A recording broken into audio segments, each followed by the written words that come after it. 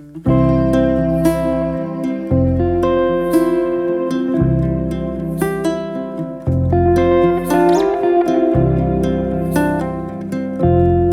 And welcome to my channel easy English learning. आज हम parts of speech के बारे में पढ़ेंगे। पार्ट्स ऑफ स्पीच क्या है? हम लोग पढ़े थे sentence. Sentence is a group of word which gives complete meaning is called as sentence. Sentence में ग्रुप ऑफ वर्ड्स होता है, उस ग्रुप ऑफ वर्ड्स मिलके एक कंप्लीट मीनिंग देता है, उसको बोलते हैं सेंटेंस। उसी सेंटेंस में हम लोग हर एक वर्ड को एनालाइज करेंगे और उसके बारे में पढ़ेंगे कि किस तरह से यूज़ किया गया है, उसका काम क्या है, और उसी ग्रुप ऑफ वर्ड्स को एक एक क्लास में डिवाइड करेंगे, उसको हम लोग बोलेंगे parts of speech. So English में पार्ट्स ऑफ स्पीच कितने हैं? 8 हैं। तो there are 8 parts of speech in English. वो क्या क्या हैं? Noun, adjective, pronoun, verb, adverb, preposition, conjunction and interjection। So 8 parts of speech के बारे में हम अभी डिटेल में पढ़ेंगे। अभी नाउन के बारे में पढ़ेंगे। Noun is a word used as the name of a person, place और थिंग। नाउन एक आदमी का नाम या फिर पर्सन का नाम, प्लेस का नाम या फिर किसी चीज का नाम को हम लोग बोलेंगे नाउन। नाउन बेसिकली एक नेमिंग वर्ड है जिसको हम नेम करते हैं। जैसे एक आदमी का नेम हो गया, प्लेस का नेम हो गया, एक चीज का नाम हो गया, उसको हम लोग बोलेंगे noun. For example, Kolkata is on the bank of river Hooghly. Kolkata एक प्लेस का नाम है, इसलिए एक नाउन हो जाएगा। The rose smells sweet. The rose ये फ्लावर का नाम है, इसलिए एक नाउन हो जाएगा। किसी भी चीज का नाम को हम लोग बोलेंगे हम लोग नाउन। अभी नेक्स्ट पार्ट ऑफ स्पीच को पढ़ते हैं। An adjective is a word used to add something to the meaning of a noun. हम लोग नाउन पढ़े। नाउन एक नेमिंग वर्ड है, किसी भी आदमी का नाम, किसी भी प्लेस का नाम या फिर किसी भी चीज का नाम को हम लोग उसको बोलते हैं नाउन। तो एडजेक्टिव क्या करता है? एडजेक्टिव उसी नाउन के बारे में और ज़्यादा इंफॉर्मेशन देता है, उसको बोलते हैं हम लोग adjective. For example, he is a brave boy. हम लोग यहाँ पे सिंपल एक सेंटेंस बोल सकते थे, ही इज़ ए बॉय। हम लोग ये भी बोल सकते थे, लेकिन he is a brave boy. जब ब्रेव बोले तो बॉय के बारे, बॉय क्या हो गया? नाउन हो गया। और ब्रेव, ये बॉय के बारे में ब्रेव ज़्यादा इंफॉर्मेशन दे रहा है, तो ये हो जाएगा adjective. There are 20 boys in the class. यहाँ पे हम लोग सिंपल सेंटेंस क्या बोल सकते थे? There are boys in the class. लेकिन यहाँ पे there are 20 boys in the class, यहाँ पे ज़्यादा इंफॉर्मेशन दे रहा है। किसके बारे में? लड़कों के बारे में। सो यहाँ पे 20 क्या हो जाएगा? ये एक एडजेक्टिव हो जाएगा। तो याद रखें, एन एडजेक्टिव हमेशा नाउन के जस्ट पहले यूज होता है, जस्ट बिफोर द नाउन।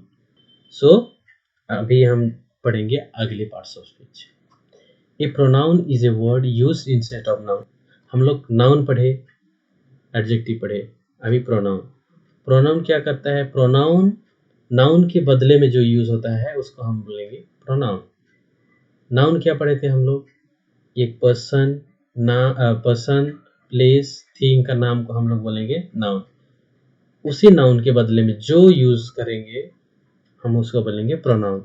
हम लोग बेटर अंडरस्टैंडिंग के लिए हम लोग एग्जांपल लिखते हैं। John is absent because he is ill. यहाँ पे हम लोग क्या बोल सकते थे?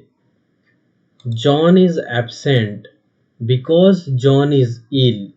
तो जॉन के बदले में क्या यूज किया हम लोग? ही इज की, इसीलिए हम लोग इसको बोलेंगे प्रोनाउन।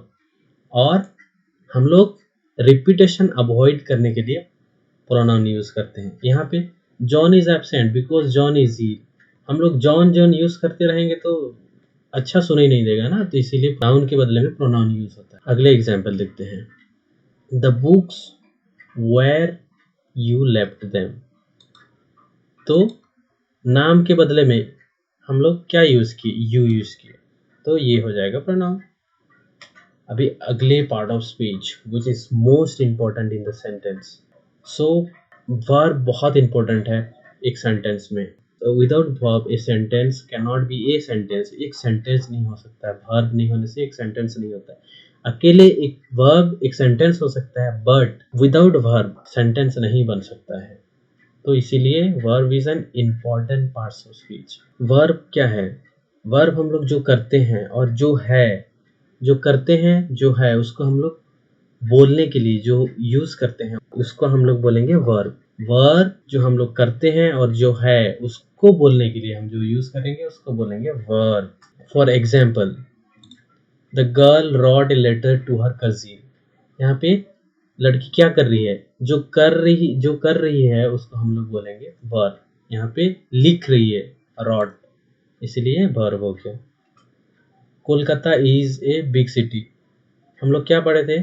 जो है स्थिति बता रहा है, स्थिति स्टेट, तो इज हो जाएगा यहाँ पे वर्ब। और हम लोग मैं बोला था वर्ब के बिना सेंटेंस नहीं बन सकता है, वो एक फ्रेज हो जाएगा, इसीलिए verb is very important in a sentence.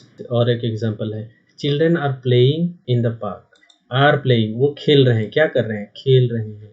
जो कर रहे हैं हम उसको बोलते हैं वर्ब। अभी चलते हैं अगले parts of speech. An adverb.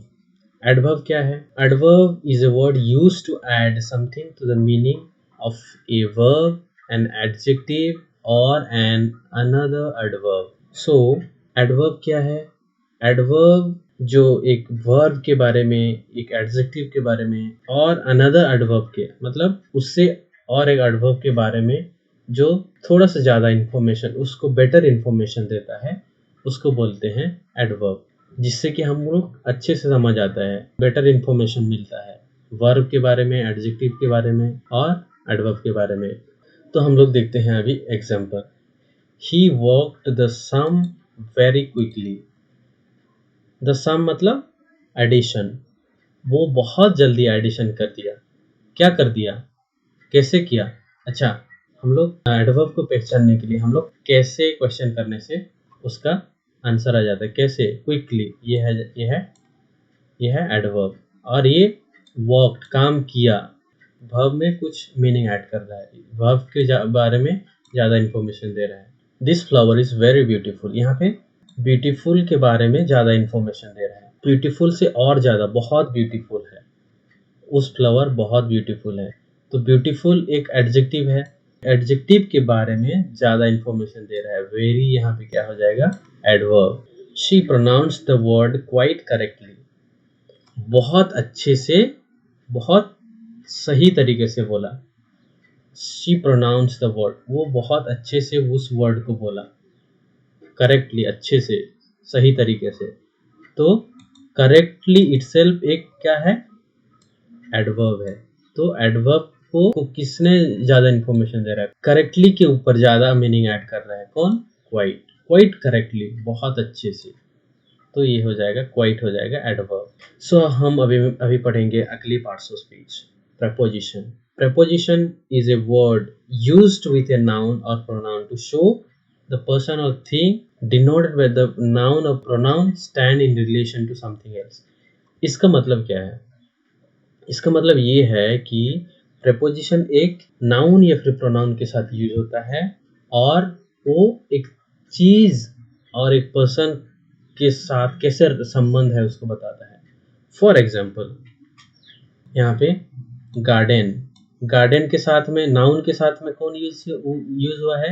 In the garden, इन। तो इन के साथ में, इस नाउन के साथ में प्रपोजिशन यूज हुआ है जो कि गार्डन और काउ दोनों का संबंध कैसे है, रिलेशन कैसे है उसको बता रहा है। तो वो दोनों, देखो इसका मतलब, there is a cow in the garden, एक काउ है जो कि गार्डन के अंदर में है। अगर यहाँ पे इन नहीं होता तो क्या होता? There is a cow the garden.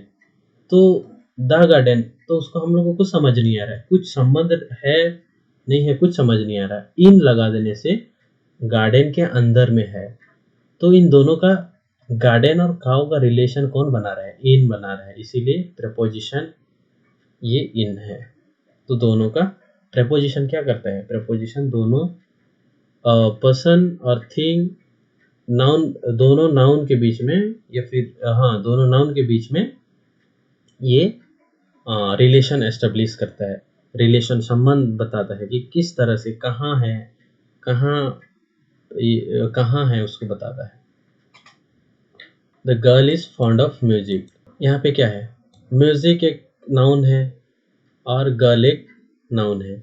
तो इन दोनों के बीच में रिलेशन, द फॉन्ड ऑफ, वो लड़की म्यूजिक से बहुत प्यार है, उस लड़की का म्यूजिक से बहुत प्यार है। Fond of music. The girl is music, बोलने से समझ नहीं आता है, संबंध उसका समझ नहीं आता है। फॉन्ड ऑफ म्यूजिक जब बोल देते हैं तो उनका म्यूजिक से प्यार है, संबंध आता है। तो इस म्यूजिक और इस गर्ल के बीच में रिलेशन कौन एस्टेब्लिश कर रहा है? Fond of. इस फॉन्ड ऑफ एस्टेब्लिश कर रहा है, इसीलिए फॉन्ड ऑफ क्या हो जाएगा? ये एक preposition. A fair little girl sat under a tree. ये लिटिल गर्ल और ट्री, ये दोनों नाउन है। तो इन दोनों नाउन के बीच में रिलेशन कौन एस्टेब्लिश कर रहा है? अंडर, पेड़ के नीचे लड़की बैठी हुई है। फेयर, बहुत गोरी लड़की नीचे बैठी हुई है, तो अंडर हो जाएगा, ये हो जाएगा प्रेपोजिशन। इन दोनों नाउन के बीच में अंडर रिलेशन एस्टेब्लिश कर रहे हैं। अभी हम अगले पार्ट्स ऑफ स्पीच को पढ़ते हैं। एक कंजंक्शन। कंजंक्शन क्या है? कंजंक्शन दो वर्ड्स या फिर दो सेंटेंस को जोड़ता है, उसको हम लोग बोलेंगे conjunction. Rama and Hari are cousins. यहाँ पे रामा एक वर्ड है, एक नाउन है। नाउन ये एक वर्ड है, ये एक वर्ड है। तो इन दोनों को कौन जोड़ रहा है? एंड जोड़ रहा है। तो एंड हो जाएगा, ये हो जाएगा conjunction. 2 and 2 makes 4। So and यहाँ पे जोड़ रहा है दोनों को, तो एंड हो जाएगा conjunction. I ran fast but missed the train. यहाँ पे आई रैन फास्ट ये एक सेंटेंस हो गया और मिस्ड द ट्रेन एक सेंटेंस हो गया। इन दोनों को कौन जोड़ रहा है? बट जोड़ रहा है, बट जोड़ रहा है, इसीलिए ये हो जाएगा कंजंक्शन। तो दो वर्ड्स या फिर दो सेंटेंसेस को जो जोड़ता है उसको बोलते हैं कंजंक्शन। इंटरजेक्शन, ये लास्ट पार्ट्स ऑफ स्पीच है। और इंटरजेक्शन क्या है? इंटरजेक्शन ये एक वर्ड है जो सडन फीलिंग्स को बताता है। सडन फीलिंग्स मतलब जो हम लोग एक्साइटेड हो जाते हैं, सैड हो जाते हैं, बहुत ज़्यादा नर्वस हो जाते हैं, इसको इसको जो बताता है उसको बोलते हैं इंटरजेक्शन। और इंटरजेक्शन हमेशा विस्मय सूचक चिन्ह से सूचित किया जाता है। For example, hurrah we have won the match. जब हम लोग बहुत ज़्यादा एक्साइटेड हो जाते हैं, जीतने के बाद हम लोग जब बहुत ज़्यादा एक्साइटेड हो जाते हैं तो हम लोग बोलते हैं hurrah we have won the match. तो ये है इंटरजेक्शन और ये विस्मय सूचक चिन्ह है, तो इससे सूचित किया जाता है। अल्लास शी इज डेड। अल्लास मतलब जब हम किसी को दुख जाहिर करते हैं तो अल्लास बोलते हैं। तो अल्लास वो मर गई है, तो उसको इंटरजेक्शन इस विस्मय सूचक चिन्ह से सूचित करते हैं। तो thank you for watching this video. Please subscribe my channel and for more such videos press on the bell icon and thank you guys. Have a good day.